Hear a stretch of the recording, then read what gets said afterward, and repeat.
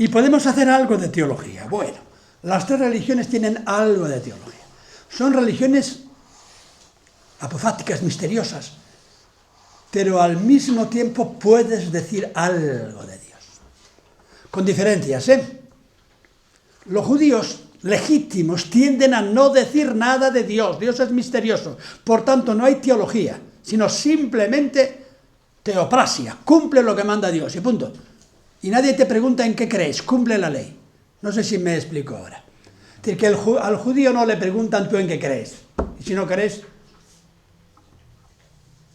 Pero si niegas a Dios, no eres judío, y si no cumples la norma de Dios, entonces no hay una teología de los atributos de Dios. Dios es misterioso. Dios nunca ha dicho del todo su palabra. Los musulmanes parecido. No hay una teología sobre Dios, aunque tienes los 99 nombres de Dios que te los sabes de memoria y los repites dando 3 vueltas al rosario ese de 33 cuentas, ¿verdad? Pero Dios está siempre más allá. En sentido estricto, teología solo se han atrevido a hacer los cristianos. A decir que podemos entrar en el interior de Dios. Y en el interior de Dios, de alguna manera, está Jesús. La intimidad de Dios está vinculada a Jesús. Y puedo desde ahí hacer un tipo de teología. La intimidad de Dios...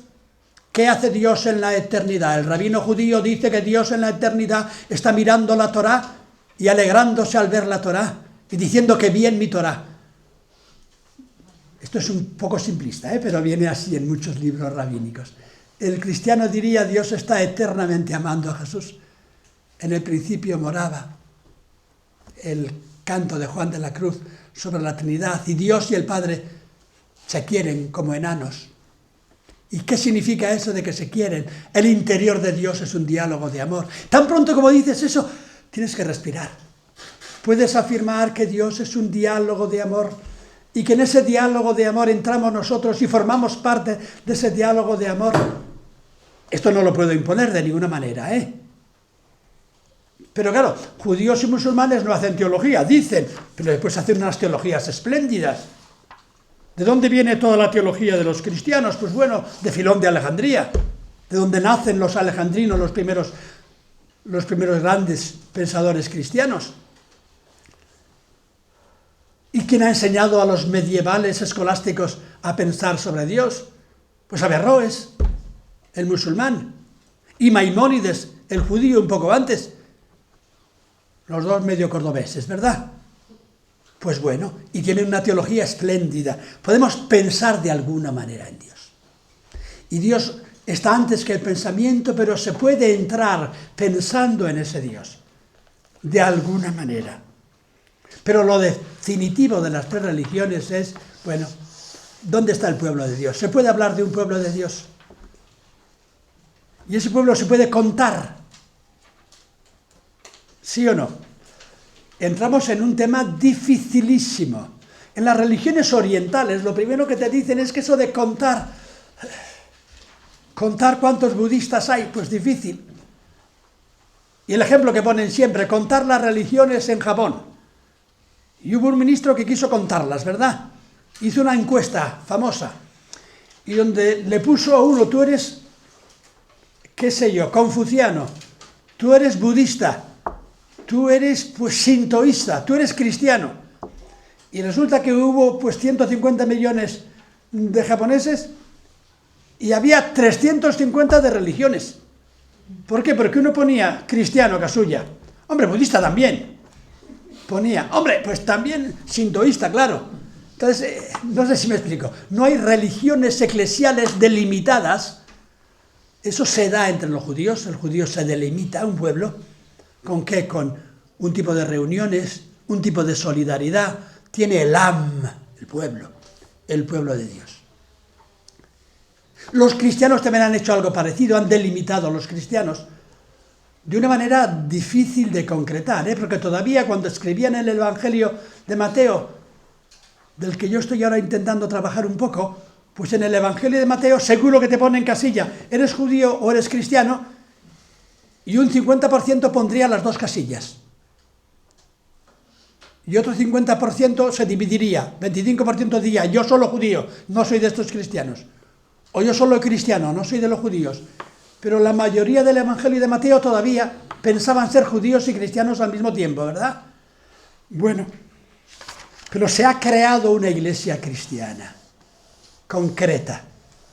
Y la iglesia, claro, forma parte del credo, de manera distinta. Creo es solo en Dios Padre, en Jesucristo, su Hijo, y en el Espíritu Santo. Pero en el paquete Espíritu Santo han metido a la iglesia unas palabras muy... Creo en el perdón. Creo que esto, por tanto, no se lleva a través de guerra a vencer, sino a través del perdón mutuo de todos con todos. Creo en la comunión. Comunión. Y la palabra en griego es una palabra terriblemente ambigua, porque se puede utilizar en masculino, ton hagion, o en neutro. Si es en masculino es, creo que los santos, los creyentes forman una comunión. Y por tanto tenemos la comunión de los buenos santos, que ya en este mundo de alguna manera somos signo especial de Dios. Os puede utilizar en neutro, ton hagion, y entonces creo que los bienes sagrados son para todos, y que todos podemos unirnos en los bienes sagrados. Claro, todos podemos unirnos en los bienes sagrados. O sea que la Biblia, la Eucaristía, el Corán, son para que todos nos unamos, no para que nos dividamos. Y creo que eso significa algo llamado iglesia. Y que la iglesia es esta iglesia concreta de los que se reúnen y celebran, pero que es la iglesia universal de todos los hombres hacia la que vamos. Y ahí estamos. En ese tema seguimos estando. Acabo ya enseguida. Estas 6 religiones creen que de alguna manera se puede el hombre unir a lo divino. Y el hombre puede expresar la religión a través de un culto. Un culto donde lo primero que es, el judaísmo ha superado los sacrificios. Y el mayor bien que le han hecho a los judíos ha sido el hecho de que Vespasiano terminara la guerra, su hijo Tito tomara Jerusalén en el año 80 y desde entonces los judíos no han tenido más sacrificios. La mayor punto que le podrían hacer a los judíos es que los musulmanes digan, hombre, pues ya estamos cansados de estar en la explanada del templo. Tenemos otros lugares sagrados, ¿por qué no venís vosotros aquí los judíos? Y les dejan la explanada del templo de Jerusalén a los musulmanes. Perdón, a los judíos. ¿Hacen un templo y vuelven los sacrificios o no? Algunos integristas sí. Y entonces están mucho mejor así, que la explanada esté en manos de musulmanes y que no les dejen reconstruir el templo de Jerusalén. Porque ya Vespasiano y Tito hicieron con los judíos algo que los buenos rabinos ya estaban husmeando y creyendo de atrás, que la religión no podía ser religión de templo y sacerdotes, sino religión de escribas y sinagogas, religión de una ley que se cumple en el pueblo, etc. Y en ese sentido son muy sobrios los judíos en el culto. El culto para ellos es básicamente leer la Escritura y algunos signos, la circuncisión, algunas fiestas. Los cristianos no tienen sacrificios, evidente.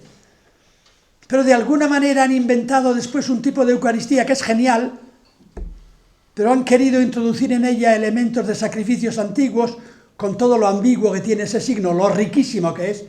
Y la palabra originaria de los cristianos, ¿cuál es? Para los judíos es Baruch, Beraká. Una palabra que los musulmanes utilizan más, tiene Baraká, ¿recordáis? Baraká es buena suerte, Baraká es poderes divinos. El Birkat, el Baruch es bendito sea Dios y Dios. Y solamente Dios es grande. En cambio, los cristianos no han negado esa palabra, pero le han dado más importancia a la palabra, le digo en griego, Eucaristía, gracias te doy. La vida es un agradecimiento por los dones de Dios y una reunión en torno a los dones, del pan y el vino, del pan y los peces. Y el signo religioso es compartir los bienes, la palabra y unos bienes, en forma de recuerdo de Jesús y en forma de acción de gracias a Dios. Los musulmanes, la palabra clave es respiro. el sometimiento a Dios. La palabra Islam está vinculada a salam, significa sometimiento y pacificación. La postura originaria del hombre es inclinarse ante Dios y reconocer que Dios es Dios, un tipo de obediencia radical ante lo divino. Y vosotros, cristianos, habéis olvidado los elementos más importantes de la religión, los 5 pilares del Islam. ¿Recordáis? El primero, que era la confesión, solo Dios es Dios; la oración 3 veces al día o 5 veces al día inclinándote hasta el suelo; la limosna, que es el compartir los bienes al servicio de la solidaridad; el ayuno, que es descubrir que eres limitado y de alguna manera reconocer el poder de Dios a través de un mes de ayuno; y finalmente la peregrinación. Vosotros, cristianos, habéis olvidado el cuerpo. Ya no os inclináis en la tierra ante Dios y hacéis una oración mental, eso no. Segundo, vosotros, cristianos, habéis olvidado el ayuno. Ya nadie ayuna. El ayuno, que consiste en reconocer la grandeza de Dios y que tú te sometes a Dios. Vosotros, cristianos, en el fondo, me dicen algunos amigos budistas, sois un tipo de budismo light. Habéis hecho algo parecidísimo a un budismo y con unos elementos de Jesús, ¿verdad? Y bueno, ¿esto es una alabanza o es una crítica? Quizá las dos cosas. Es una crítica. Hemos olvidado los cristianos la raíz judía de nuestra religión, semita de nuestra religión, y hemos hecho, y lo dejo ahí. Y voy ahora, ya terminando en 5 minutos, valores y riesgos de cada religión. El judaísmo es lo más grande que ha existido en este mundo, desde esta perspectiva. Pero siendo grande es peligrosísimo. ¿Por qué? Porque si acentúas la identidad nacional, puedes crear un grupo separado, perdonad la palabra, y orgulloso. Eso no permite que tú ahora expulses al judío, mates al judío y termines en Auschwitz. Absolutamente nada de eso, por favor, nada de eso. Pero un judío que dice que solo ellos, los judíos, tienen la presencia de Dios, que solo ellos, los judíos, son pueblo privilegiado. Entramos en un tema dificilísimo, dificilísimo. Los cristianos que han perseguido a los judíos no creían en Dios, eso es claro. Porque no creían en el camino de Dios. Y no querían aceptar su origen, su padre y su madre, que es el judaísmo. Pero claro, el judaísmo que se ha permanecido aparte no solo religiosamente, sino culturalmente, económicamente, y te entra enseguida el miedo. ¿Y por qué? Por mis abuelos pues andaban ahí en la aldea, en Orozco. Pero claro, el judío sabía, ahí abajo en Miranda o en Tudela, donde estaba Benjamín de Tudela, que anduvo por el mundo entero, sabía el castellano, sabía el arameo, podía andar de parte a parte del mundo y tenía contactos comerciales con todo el mundo. Inventó el dinero de papel, porque firmaba yo, Benjamín de Tudela, esto, y con este papel puedes ir a Samarcanda, y allí el vecino aquel te da tanto. Y es peligrosísimo, y claro, los cristianos durante siglos dijeron que esto era malo y no permitieron pues todo esto de la usura, perdonad como queráis, pero al final la aceptaron. Y el capitalismo se nos ha hecho dueño del mundo. El capitalismo no es judío, pero bueno, hay un riesgo, y el Estado de Israel es un riesgo. También son riesgos los otros, es un riesgo. Estamos en un problema fuerte, y no tienen mucha solución, no tiene mucha. Y el mayor pecado de la modernidad, o de los más grandes, ha sido la muerte de los judíos en Alemania, la muerte de todos los que mueren de hambre hoy en el mundo, que son muchos también. Segundo, el cristianismo es una religión espléndida. La religión del Dios judío encarnado, la religión del hombre que ama, la religión de la comunión universal en el camino de Jesús, la religión del Espíritu, que es la comunión universal de todos los hombres en torno a la experiencia y esperanza de lo divino, la religión del pan y el vino compartido, la religión de la interioridad sagrada, etcétera, etcétera. Pero el cristianismo ha dominado los poderes de este mundo.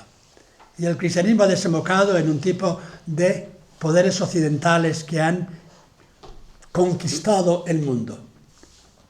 Empezando por los portugueses, los primeros, después los castellanos, holandeses, ingleses, franceses, rusos. Y evidentemente tú dices que no, que eso no ha sido cristianismo, sino que... Pero de hecho ha sido con elementos cristianos. Y todavía, pues cantidad de dominio del mundo está vinculado a un tipo de cristianismo, vinculado a los poderes del mundo. A no ser que la Iglesia sea capaz, las iglesias sean capaces de redescubrir el cristianismo originario, que no esté vinculado a los poderes fácticos de los imperios inglés, alemán, norteamericano, y estamos en camino, y vamos a ver si es posible hacer este camino.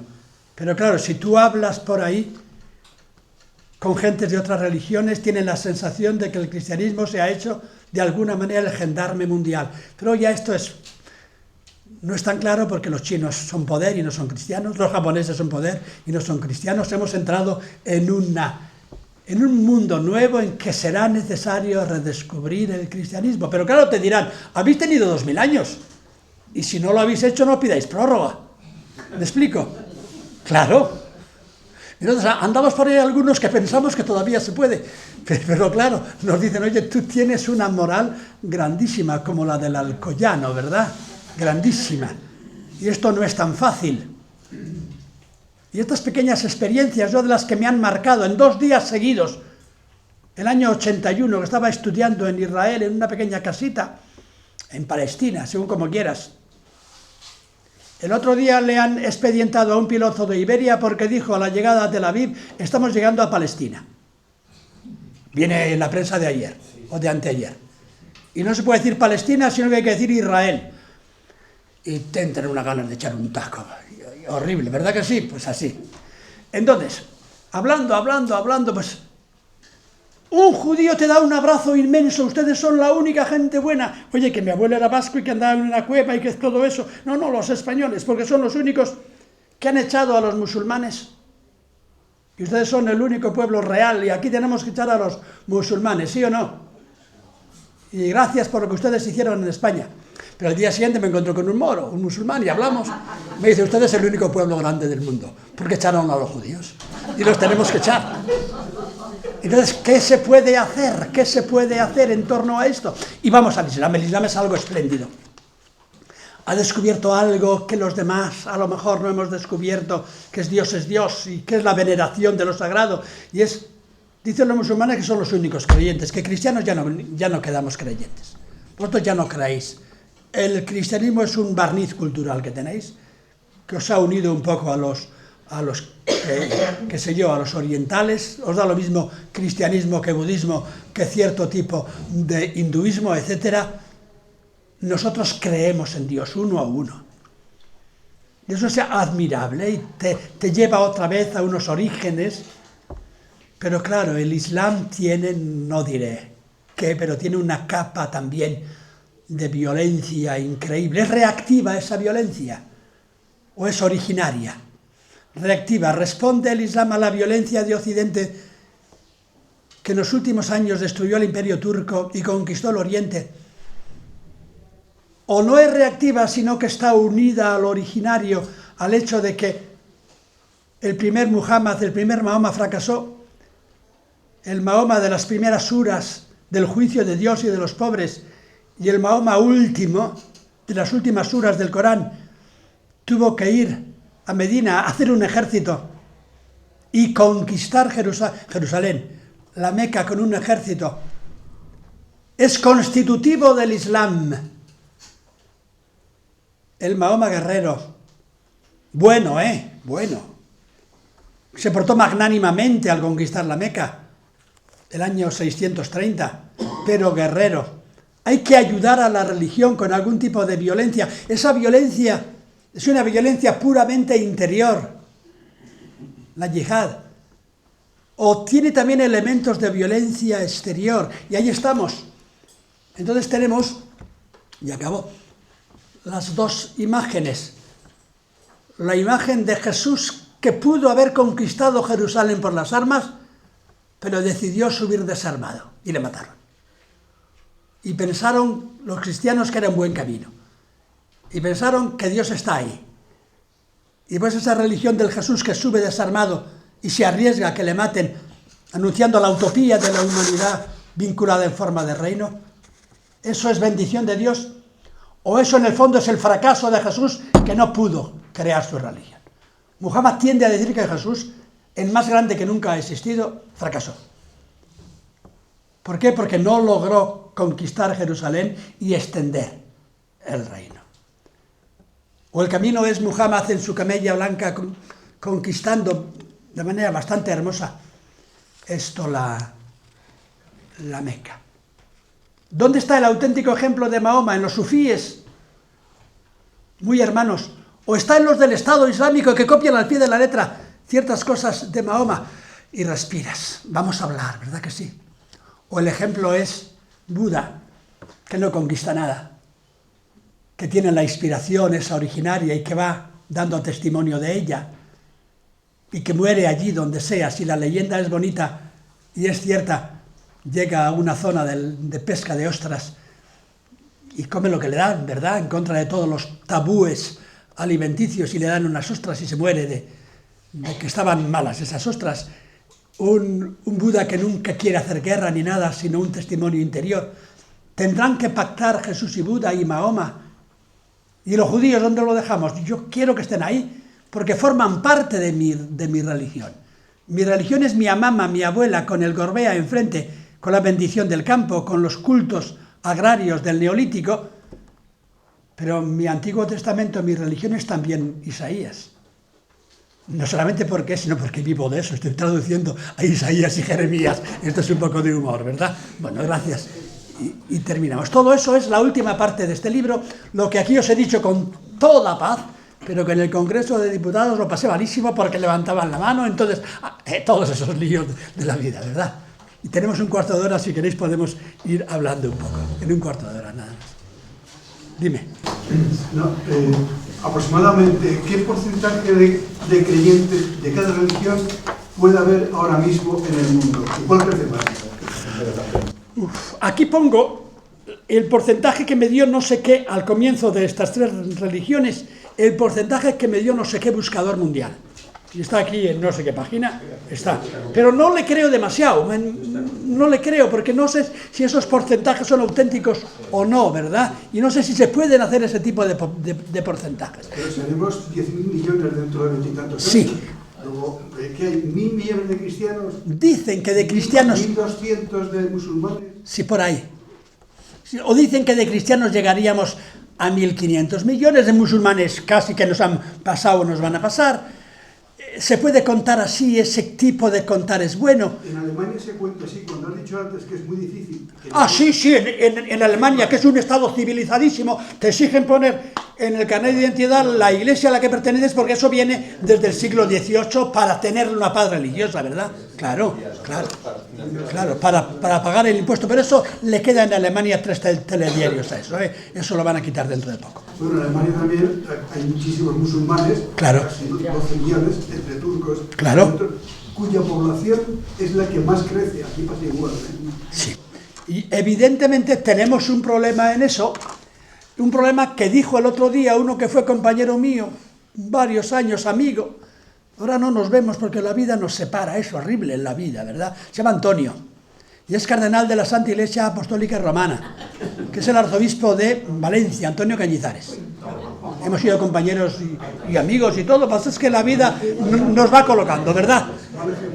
No, ¿por qué? No, cada uno es cada uno. Y Antonio Cañizares dijo el otro día que, claro, que la entrada de los musulmanes a Europa va a quitarle a Europa sus esencias y que no hay trigo limpio. Yo sé de uno que le dijeron que no era agua limpia, pero a este le han dicho que no es trigo limpio, ¿verdad? Que no son trigo limpio. Y claro, en un sentido es evidente, los que vienen 2 millones no van a ser todos hermanitas de la caridad, eso es evidente. y que hay todo tipo de mafias detrás, evidente. Y que lo primero que te piden, me decía uno, lo primero que te piden los que vienen de Siria es donde hay, no sé dónde he dejado yo así, donde hay esto, ¿cómo se llama? Cobertura, porque tienen que hablar con el otro y el otro dónde pasan, porque es sitio evidente. O van a venir como, evidente, y además los que vienen de Siria tienen tanta cultura como los españoles, no digamos que son. Y hay problemas. El cristianismo de Europa, el ex-cristianismo de Europa es un lugar donde se puede acoger, ¿o no? Políticamente es un riesgo, evidentemente. Cañizares es el que defiende la unidad católica de España. ¡Wow! Yo quiero una unidad, pero una unidad distinta, en pluralidades, cosas políticamente discutibles, ¿verdad? Pero esa unidad la puede hacer una unidad católica. Pues yo creería que no, que es distinto. Entonces, a lo que vamos. ¿Dónde vamos? El tema es, ¿el cristianismo será capaz de mantener el testimonio, la palabra de Jesús, el camino de Jesús, como un camino de vinculación, de comunión, un camino de perdón, un camino de solidaridad mutua, un camino de, ¿qué palabra le dais? Hospedaje, hospedería.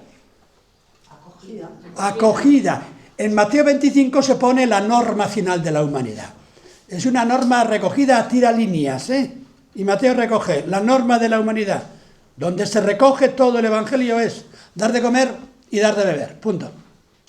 Es cristiano el que da de comer y beber. Segundo, el que viste al desnudo y acoge al que viene, al huésped, al que viene de fuera. Vestir en aquel contexto no significa la vestidura externa, sino lo que significa la vestidura como cultura y como división de gentes. Es decir, que no es puramente el vestido, que también es el vestido externo, sino ofrecer dignidad. Es prácticamente lo mismo vestir al desnudo que acoger al emigrante. Y lo último, estar presente en los débiles del mundo, visitar al enfermo, es decir, valorar al débil, valorar al distinto y débil. Y último, estar presentes en aquellos a los que la sociedad expulsa por la razón que sea. El Evangelio de Lucas pone liberar a los encarcelados, que es el tema bíblico. Mateo vive en un imperio romano donde eso es ya imposible y opta por no liberar a los encarcelados, abrir la Bastilla, sino crear una sociedad donde los más importantes de la sociedad son los encarcelados. El cristianismo va a ser capaz de abrir unos caminos de humanidad, de pan compartido, de acogida y después de ayuda a los débiles, de acogida, de visita, o eso nos va a destruir. Esto exige tener una fe inmensa. Creer en la Trinidad es facilísimo. ¿Qué más te da? Bueno, yo cuento el chiste del gallego, aquel el cura, que le manda al coadjutor, oye, mira, vete a confesar a ese que se está muriendo. Y le dice, ¿crees en Dios Padre y en Jesucristo, que son tres y es uno? Y le dice que no, que ¿cómo voy a creer en eso?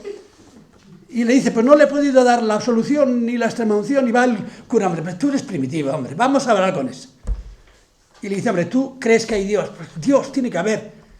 Y le dice, ¿a ti qué más te da? Si es un o son tres. Tienes que alimentarlos, tienes que mantenerlos, tienes que mantenerlos. ¿Qué más te da ahora contar uno o tres? Estás muriéndote, hombre, dile a Dios.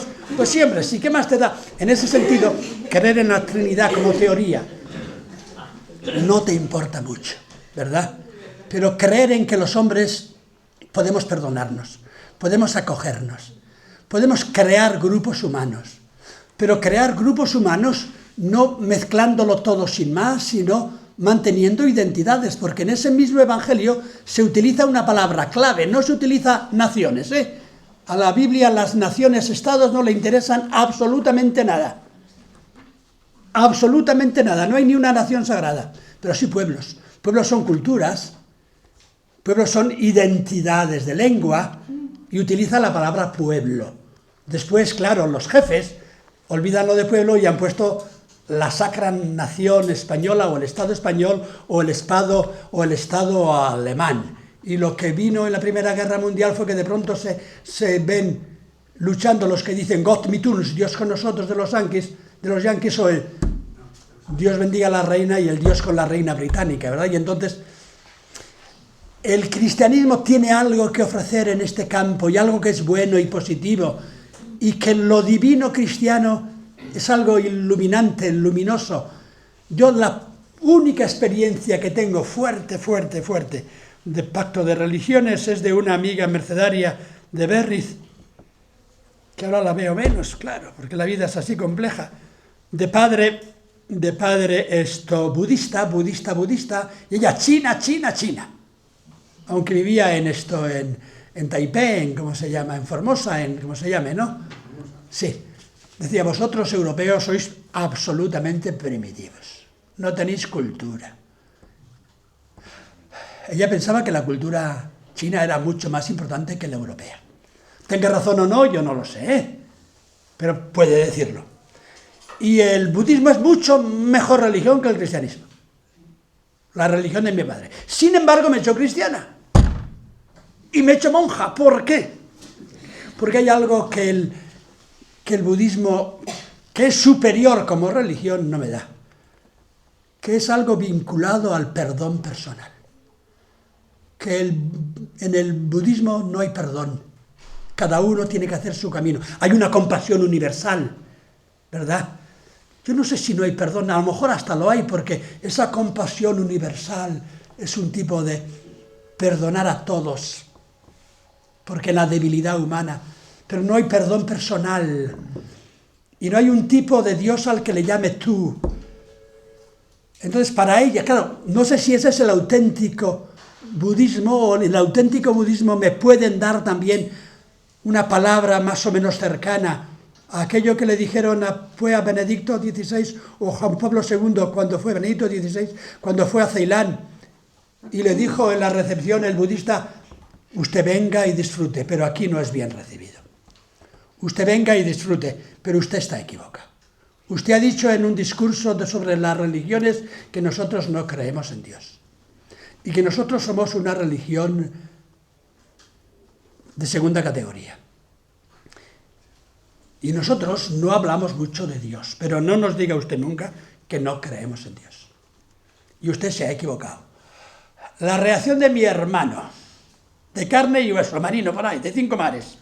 Bueno, cuando salió el documento aquel de Ratzinger, que era de la doctrina de la fe, el Dominus Jesus, tal como lo leyó por los periódicos, dice, oye, fraile y cura, teólogo, tú mira, ¿qué dice aquí vuestro papa, o el Ratzinger ese?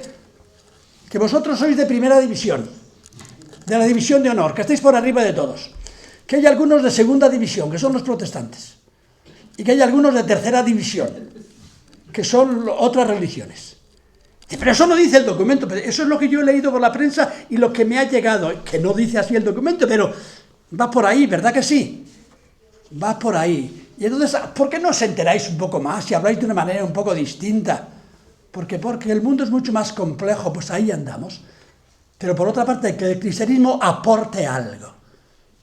Y no para decir somos mejores, que eso no tiene sentido, mejores que otros, sino aportar algo de la experiencia que tenemos, de la buena experiencia que podamos tener, con una conversión fuerte de iglesia, de individuos, y que aporte mucho el budismo.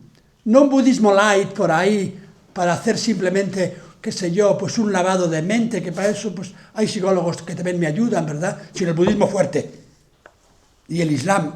Lo mejor que le puede pasar al cristianismo es que haya un Islam serio. Un Islam que sea capaz también de recoger los elementos místicos fuertes del Islam, que los tiene. Yo en esto he variado 3 o 4 veces, o sea que no estoy seguro. De joven creía que el Islam se hundía en 4 o 5 telediarios. Es decir, que era una religión primitiva que se hundía. Después he visto como que no, que el Islam tiene elementos fuertes de fe y de libertad interior, pero también tiene elementos peligrosísimos, ¿verdad? Pero también pasa con el cristianismo. Me han dicho algunos amigos musulmanes, a los cristianos os quedan 100 años, 100 años si os vais, porque claro, lo bueno que tenéis en este nuevo cristianismo lo dice el budismo, y lo dice de otra manera, y lo dice sin iglesia así establecida. Pero claro, también el budismo tiene sus problemas, sus problemas fuertes, porque es difícil mantener una especie de intensidad budista. Y decía Max Weber, con el que he terminado antes, cuando habla del budismo, una cosa que yo creo que no es cierta, pero que es interesantísima, que el budismo estricto y fuerte es una religión de nobles, guerreros, varones, que renuncian y que logran hacer el arhat, el gran esfuerzo por el dominio interior, el gran esfuerzo por la pacificación total, que ese esfuerzo las mujeres no lo pueden hacer. Oye, ¿por qué dices eso? Porque la mujer, gracias a Dios, vive mucho más en lo inmediato, en el cariño, y no quiere renunciar a esas cosas. Y este budismo así light, pues no es el budismo. No sé si en eso Max Weber se equivoca o no, del budismo fuerte, intenso. Ahora, para mí el budismo fuerte e intenso, en sus diversas formas, es uno de los valores humanos más grandes que existen. Y evidentemente quisiera que eso vaya adelante. ¿Que puede uno ser budista y cristiano al mismo tiempo? Pues no es por números, pero no tengo problema. Y mi amiga la china, pues decía que era budista también con su padre, pero que era cristiana. Y que el budismo le daba cosas que no le da el cristianismo, pero que el cristianismo le daba algo, quizá como mujer que necesita un rostro amigo que le quiera, diría Max Weber, o quizá como la vida como perdón. Y en el fondo del budismo hay perdón, o hay una norma de ley universal que va adelante en medio de todo. Pues no lo sé, no me atrevo a decirlo, ¿verdad? Bueno, algo más y acabamos. Sí. Dado que las religiones es muy difícil unir aquello que nos pueda aportar riqueza y dignidad a todas las personas, ¿cómo está el movimiento que propuso unos mínimos éticos asumidos por toda la humanidad? Comenzando pues... Sí. Sí, ese movimiento estaría reflejado sobre todo en la carta aquella que escribió y lo que ha defendido, mínimo común denominador, sobre todo Hans King y otra gente.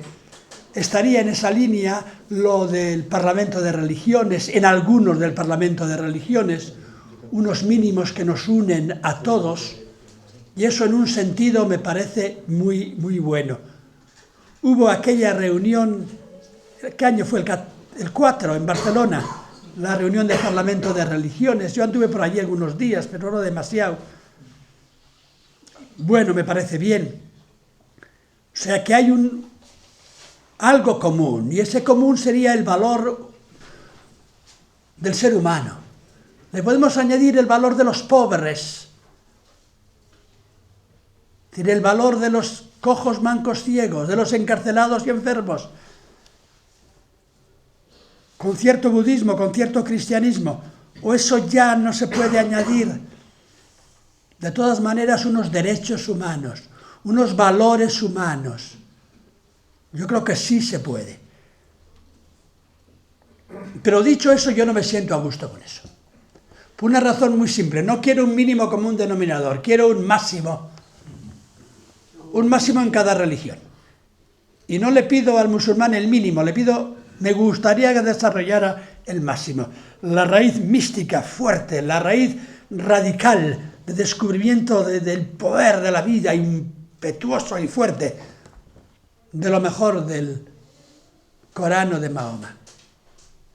Algunos me dicen que no hay nada de eso en el Islam, que en el Islam solo hay, en el fondo, violencia y seguridad de un grupo tribal de señores de la guerra y de señores de la religión que pueden ir ahí matando a...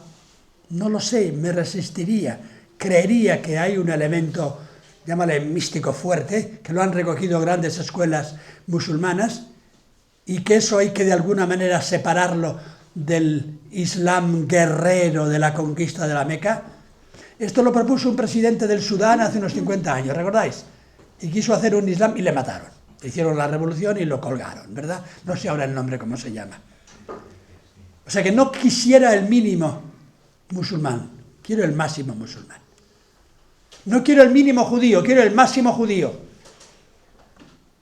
el máximo judío de Isaías, con toda fuerza, el máximo judío de grandes judíos que a lo largo de la historia han descubierto el Dios que está ahí llevando adelante el camino humano, revelándose en el camino humano en forma de justicia, y quiero la utopía judía, con toda fuerza. Y no quiero el mínimo cristiano, quiero el cristiano llevado al extremo, o el budismo también, y así.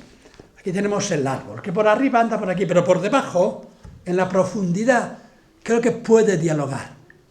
Un judío radical, pero radical en línea de, me dirán que soy el auténtico judío, un musulmán radical, budista radical, y que ahí tenemos un camino abierto, pero claro, con un problema muy grande, y es que en las religiones estamos infradesarrollados, porque todos los elementos religiosos fuertes que tenemos acabaron en el Corán, del año 622,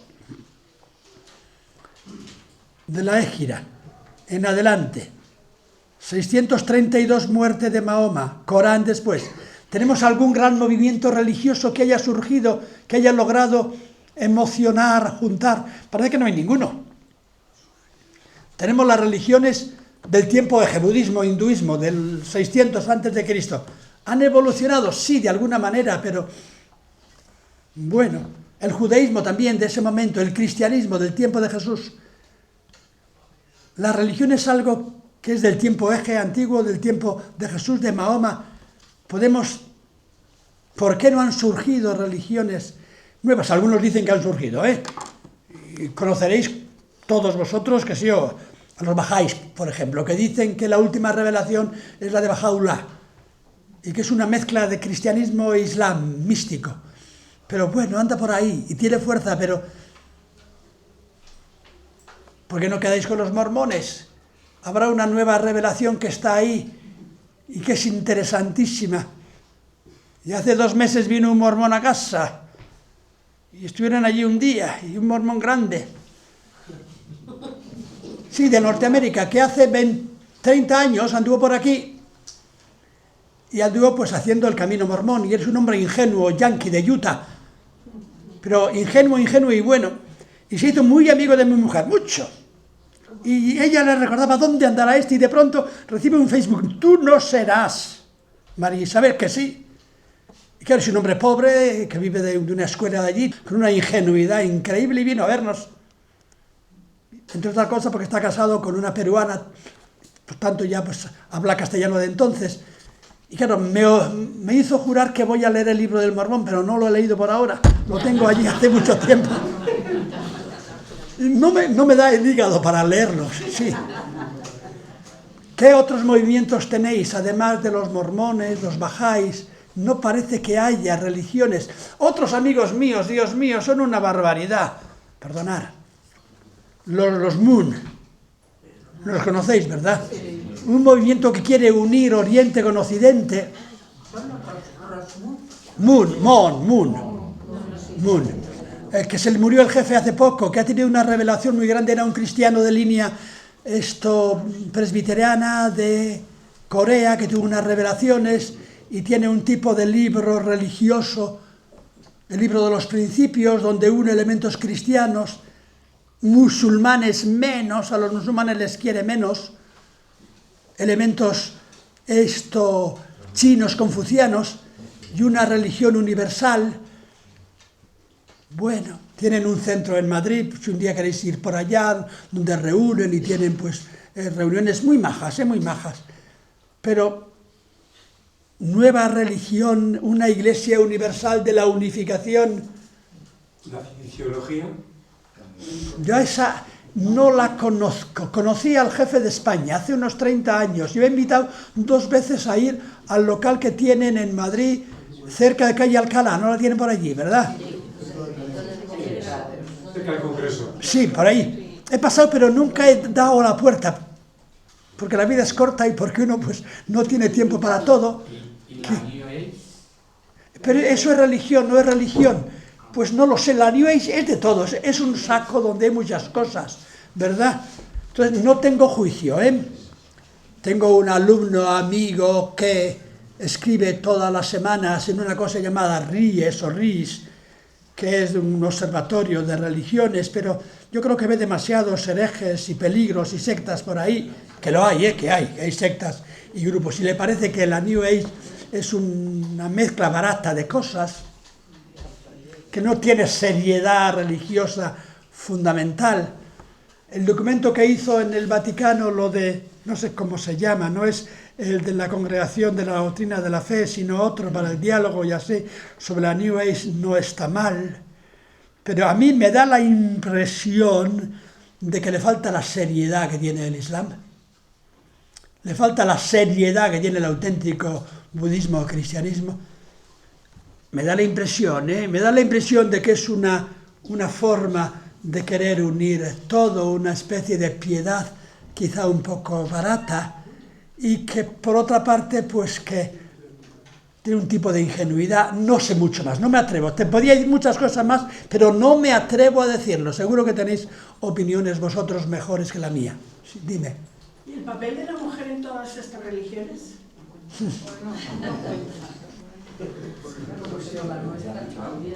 Pero ese es un tema para un curso 2, 3 y 4. Yo tengo una desgracia unida a esto, que es muy grande, muy grande. Lo voy a contar en primera persona. Volví a dar clases a Salamanca el año 88, después de 4 o 5 años por ahí dando vueltas, de que no, que sí, que no, bueno. Me llama Miquel y me dice, te has bajado los pantalones. ¿Cómo? Porque si vuelves a dar clase a Salamanca después de 4 años es que te has bajado los pantalones, punto. Me llama mi madre al cuarto de hora, dice tu hermano Miquel que te has bajado los pantalones, no será cierto, ¿verdad? Vamos, bueno, todo eso. Ese pequeño mundo en que tienes que pactar, no pactar, cuando pactas bien, cuando pactas mal. Y bueno, pues me encargaron dar clase de historia de las religiones porque no estaba bien que diera Trinidad y así. Y el primer trabajo que me encargaron para un congreso de teología que iban a dar, sí, Santiago de Compostela, León, donde era la mujer en las religiones. Y escribí un trabajo serio. Pero cuando lo iba ya a pasar a limpio, yo no dominaba mucho un programa y se me fue del ordenador, no hubo manera de sacarlo, se me partió un ojo. Y me tuvieron, sí, no creo que hubiera una unidad casual, las cosas son muy complejas, ¿verdad? Y estuve en dique seco 3 meses, pues sí, entre una operación, otra, el láser no funciona, tampoco, el profesor tampoco, el otro, y una señora de allí, ayudante, le dice a mi compañero, oye, tú, aquí tenemos la mejor oftalmología del mundo en el clínico de Salamanca, pero si quieres si tenéis 5 duros, ¿por qué no te lo llevas a Barcelona y que lo vean en Barraquer? Porque ahí son más brutos, pero van a lo seguro. Y llamó mi compañero a Barraquer y dijeron, pasen aquí mañana cuando quieran. Se portaron genial.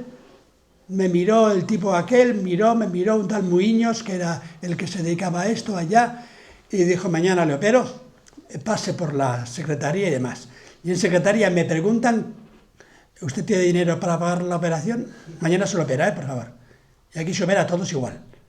Pero si tiene dinero, y dice, que evidente, pues una congregación religiosa, pues si no tiene dinero para eso, evidente, pues hace este papelito y demás. Y me operaron, me tuvieron 2 meses casi parado. No, le han operado muy bien en Salamanca, pero estas cosas todavía no tenemos medios para hacer operaciones con esa envergadura que hoy quizás se hacen. Entonces, el año 89 no se hacían y todo eso.